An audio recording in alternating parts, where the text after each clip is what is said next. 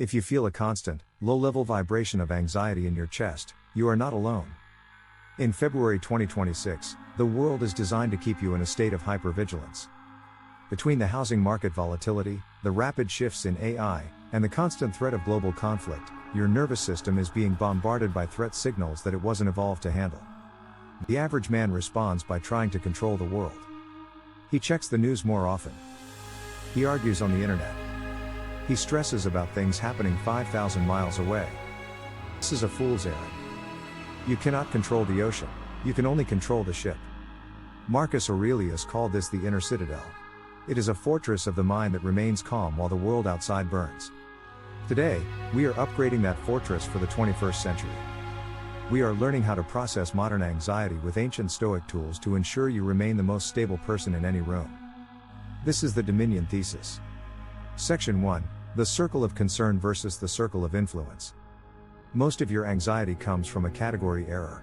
You are spending 90% of your mental energy in your circle of concern: global politics, the stock market, the opinions of strangers. But you have 0% control over these things. Meanwhile, your circle of influence, your health, your work, your household, your reactions, is being neglected. Dominion is the act of shrinking your focus until it matches your power. When you obsess over what you cannot control, you are a victim. When you focus exclusively on what you can control, you are a sovereign. The next time you feel a spike of anxiety, ask the Stoic question: is this up to me? If the answer is no, give yourself the psychological permission to be indifferent. Section 2, Premeditatio Malorum, the disaster audit. Anxiety is the fear of the unknown.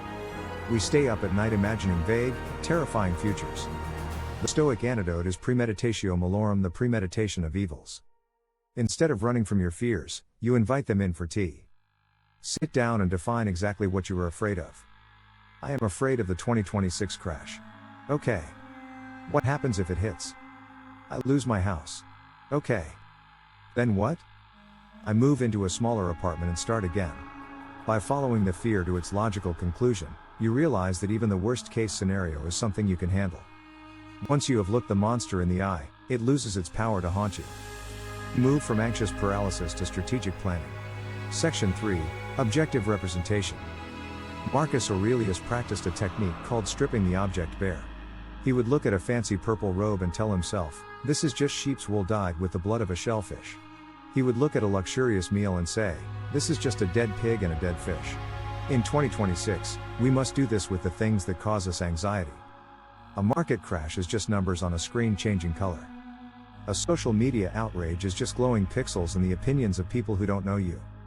When you strip away the story and the emotion from an event, you are left with the raw facts. And facts are never as scary as the stories we tell ourselves about them. Section 4, The View from Above 2.0. When your life feels overwhelming, it's usually because your zoom level is too tight.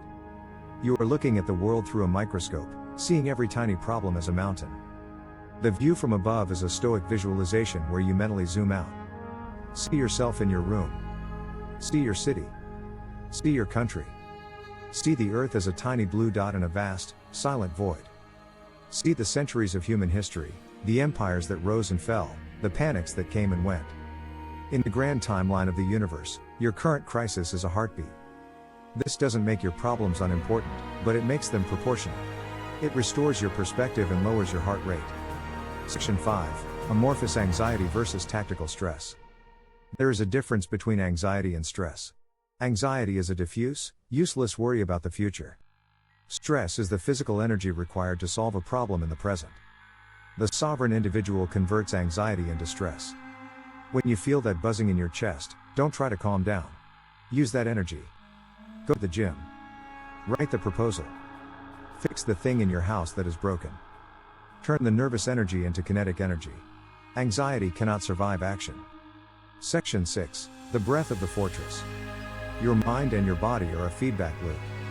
If your mind is anxious, your breathing becomes shallow.